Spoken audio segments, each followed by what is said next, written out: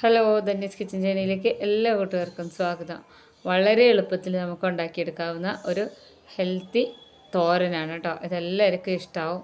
നേന്ത്രപ്പഴം കൊണ്ടാണ് കേട്ടോ, പച്ചക്കായ പഴുക്കാത്ത കായയും കൊണ്ടാണ് ഉണ്ടാക്കിയെടുക്കുന്നത്. ഒത്തിരി ഒന്നും ഒട്ടിപ്പിടിക്കാതെയാണ് ഉണ്ടാക്കുന്നത് കേട്ടോ. അപ്പോൾ ഇതിനായിട്ട് ഞാനിവിടെ 2 കായ എടുത്തിട്ടുണ്ട്. ഇത് നല്ലോണം ഒന്ന് കഴുകിയെടുത്തതിന് ശേഷം ചെറുതായിട്ട് കട്ട് ചെയ്തെടുക്കണം. അതിന് ചെറിയ ചൂടുള്ള വെള്ളത്തിൽ ഒരു 1/2 സ്പൂണോളം ഉപ്പ് ഞാൻ എടുത്തിട്ടുണ്ട് കേട്ടോ. ഇതിൻ്റെ കറയൊന്നും ഇങ്ങനെ പരസ്പരം പിടിക്കാതിരിക്കാൻ വേണ്ടിയിട്ടാണ്. ഇതിങ്ങനെ അരിഞ്ഞെടുക്കുമ്പോൾ തന്നെ നല്ല കറിയായിരിക്കും. അതുപോലെ തന്നെ കയ്യിൽ എണ്ണയൊന്ന് തടവുന്നത് നന്നായിരിക്കും. സാധാരണ നമ്മൾ ഷോപ്പിൽ നിന്നൊക്കെ വാങ്ങിച്ച് തോരനൊക്കെ വെക്കുന്ന കായനെക്കാട്ടിലും കുറച്ചുകൂടെ ടേസ്റ്റാണ് കേട്ടോ നമ്മൾ ഈ നേന്ത്രക്കായ തോരൻ വെക്കുന്നത്. അപ്പോൾ ഇത് വളരെ കുഞ്ഞായിട്ട് അരിഞ്ഞെടുക്കണം.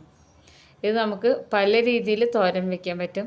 നമുക്ക് സദ്യ ഐറ്റം പോലെയൊക്കെ തനി നാടൻ രീതിയിൽ ഉണ്ടാക്കിയെടുക്കുക ഇങ്ങനെയാണ് കേട്ടോ. ഞാനിത് വളരെ കുഞ്ഞായിട്ടാണ് കട്ട് ചെയ്തെടുക്കുന്നത്. ഇത് കട്ട് ചെയ്തെടുത്തതിന് ശേഷം 1-2 തവണ വെള്ളം ഒന്ന് മാറ്റണം കേട്ടോ.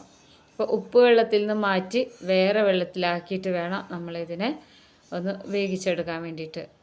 അപ്പോൾ അതിനായിട്ട് ഞാനിവിടെ ഒരു പാത്രത്തിലേക്ക് മാറ്റുന്നുണ്ട് കേട്ടോ.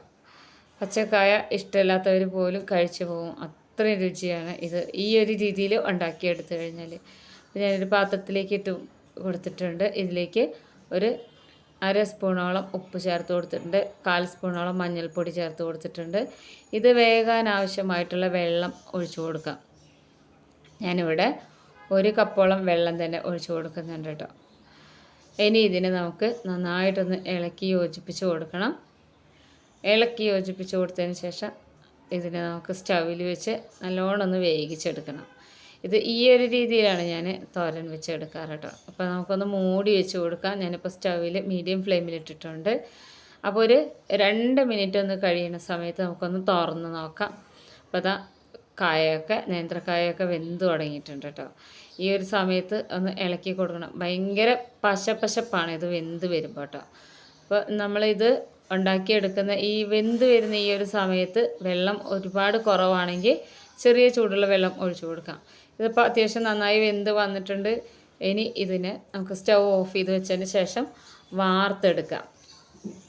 വാർത്തെടുക്കുമ്പോൾ നമ്മൾ ഇതുപോലെ ഒരു അരിപ്പ പാത്രത്തിലേക്ക് മാറ്റിയ ശേഷം ഇതിൻ്റെ മുകളിൽ സാധാരണ നമ്മൾ ടാപ്പിൽ നിന്നൊക്കെ പിടിക്കുന്ന വെള്ളം ഉണ്ടല്ലോ, അത് ഒരു 2 കപ്പോളം ഇതിൻ്റെ മുകളിൽ ഒഴിച്ചു കൊടുത്തു കഴിഞ്ഞാൽ ഒട്ടും തന്നെ ഒട്ടിപ്പിടിക്കില്ല കേട്ടോ. ഇത് നല്ലൊരു ടിപ്പാണ്. ഞാൻ ഈ ഒരു പാത്രത്തിൽ ഒട്ടിപ്പിടിച്ചിരിക്കുന്നതൊക്കെ കൂടെ ഞാൻ വെള്ളം ഒഴിച്ച് കൊടുക്കുന്നുണ്ട്. വെള്ളം ഒഴിച്ച് കൊടുത്തതിന് ശേഷം നമ്മളിതിങ്ങനെ ഒന്ന് ഇളക്കി കൊടുക്കണം. അപ്പോൾ ഈ ഒരു രീതിയിൽ ചെയ്തെടുത്തു കഴിഞ്ഞാൽ ഇതിങ്ങനെ ഒട്ടിപ്പിടിക്കില്ല കേട്ടോ. നന്നായിട്ട് കുക്കായതിന് ശേഷം മാത്രമേ ചെയ്യാവൂ. ഇനി നമുക്കിതിനാവശ്യമായിട്ടുള്ള മസാല ഞാനൊരു മിക്സിയുടെ ജാറിലേക്ക് ഒരു 8-9 അല്ലിയോളം ചെറിയ ഉള്ളി, 2 പച്ചമുളക്, പിന്നെ നമുക്കിതിലേക്ക് ഒരു 5 അല്ലിയോളം വെളുത്തുള്ളിയും കൂടെ ചേർത്ത് കൊടുക്കുന്നുണ്ട്. 1 കപ്പോളം തന്നെ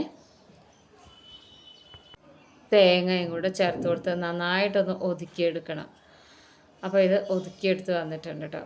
ഇനി നമുക്ക് കടായി സ്റ്റൗവിൽ വെച്ചിട്ട് ഒരു മീഡിയം ഫ്ലെയിമിലിട്ട് കൊടുക്കാം. നന്നായിട്ടൊന്ന് ചൂടായി വരുന്ന സമയത്ത് നമുക്കിനി ഇതിലേക്ക് വെളിച്ചെണ്ണ ചേർത്ത് കൊടുക്കാം.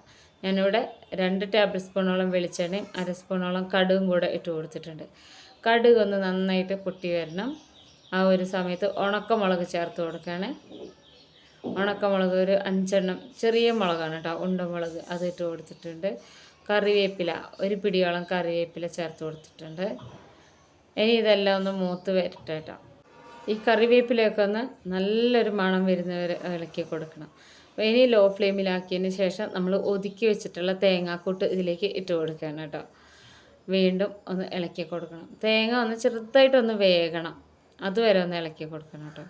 എന്നാലാണ് ഇതിന് ഒരു ടേസ്റ്റ് ഉണ്ടാവുള്ളൂ. ഈ ഒരു രീതി തന്നെ ചെയ്തെടുത്താൽ മതി.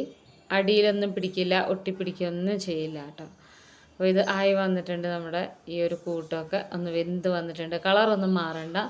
നമ്മളിനി വെള്ളം ഒഴിച്ച് മാറ്റി വെച്ചിരിക്കുന്ന ഈ കായ ഉണ്ടല്ലോ, പച്ചക്കായ, അത് ഇതിലേക്ക് ഇട്ട് കൊടുക്കണം. ഇനി ഇതിനെ നന്നായിട്ടൊന്ന് ഇളക്കി യോജിപ്പിച്ചെടുക്കണം. ഈ തേങ്ങാക്കൂട്ടുണ്ടല്ലോ, ഇത് ഈ കായയിലൊക്കെ നല്ലോണം ഇങ്ങനെ പൊതിഞ്ഞിരിക്കുന്നത് വരെ ഇതിനെ ഇളക്കി കൊടുക്കണം.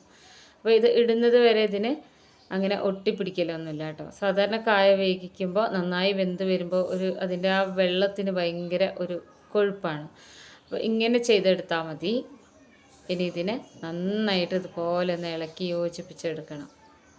ഉടച്ചു കൊടുക്കണമെങ്കിൽ ഉടച്ചു കൊടുക്കാം കേട്ടോ. കായ ഇതുപോലെ ഇങ്ങനെ കഷ്ണങ്ങളായി കിടക്കുന്നത് ഇഷ്ടമില്ലാത്തവർക്ക് ഇതുപോലെ ഒന്ന് ഉടച്ചു കൊടുക്കാം.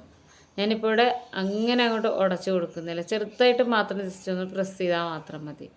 അപ്പോൾ ഇത് ചോറിൻ്റെ കൂടെ കഴിക്കാൻ നല്ല രുചിയാണ് കേട്ടോ. നാടൻ ചോറിൻ്റെ കൂടെ, ചെമ്പാവരി ചോറിൻ്റെ ഒക്കെ കൂടെ. അപ്പോൾ നമ്മുടെ വീഡിയോ കണ്ടുകൊണ്ടിരിക്കുമ്പോൾ തന്നെ നമ്മുടെ ചാനലൊന്ന് സബ്സ്ക്രൈബ് ചെയ്ത് വയ്ക്കാൻ മറക്കരുത്. ഫ്രണ്ട്സിനൊക്കെ ഒന്ന് ഷെയർ ചെയ്ത് കൊടുക്കണം കേട്ടോ. അപ്പോൾ ഇതിവിടെ ആയി വന്നിട്ടുണ്ട് കേട്ടോ. ഇനി നമുക്ക് സ്റ്റവ് ഓഫ് ചെയ്യാം. ഇത്രയേ ഉള്ളൂ. ഇനി നമുക്കിതിനെ ഒരു സെർവിങ് പാത്രത്തിലേക്ക് മാറ്റാം.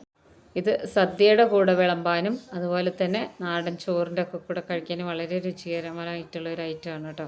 എല്ലാവരും ഉണ്ടാക്കി നോക്കണം. ഫ്രണ്ട്സിനൊക്കെ ഷെയർ ചെയ്ത് കൊടുക്കണം. ഇതുപോലെയുള്ള ഈസി റെസിപ്പീസുമായിട്ട് നമുക്ക് അടുത്ത വീഡിയോയിൽ കാണാം.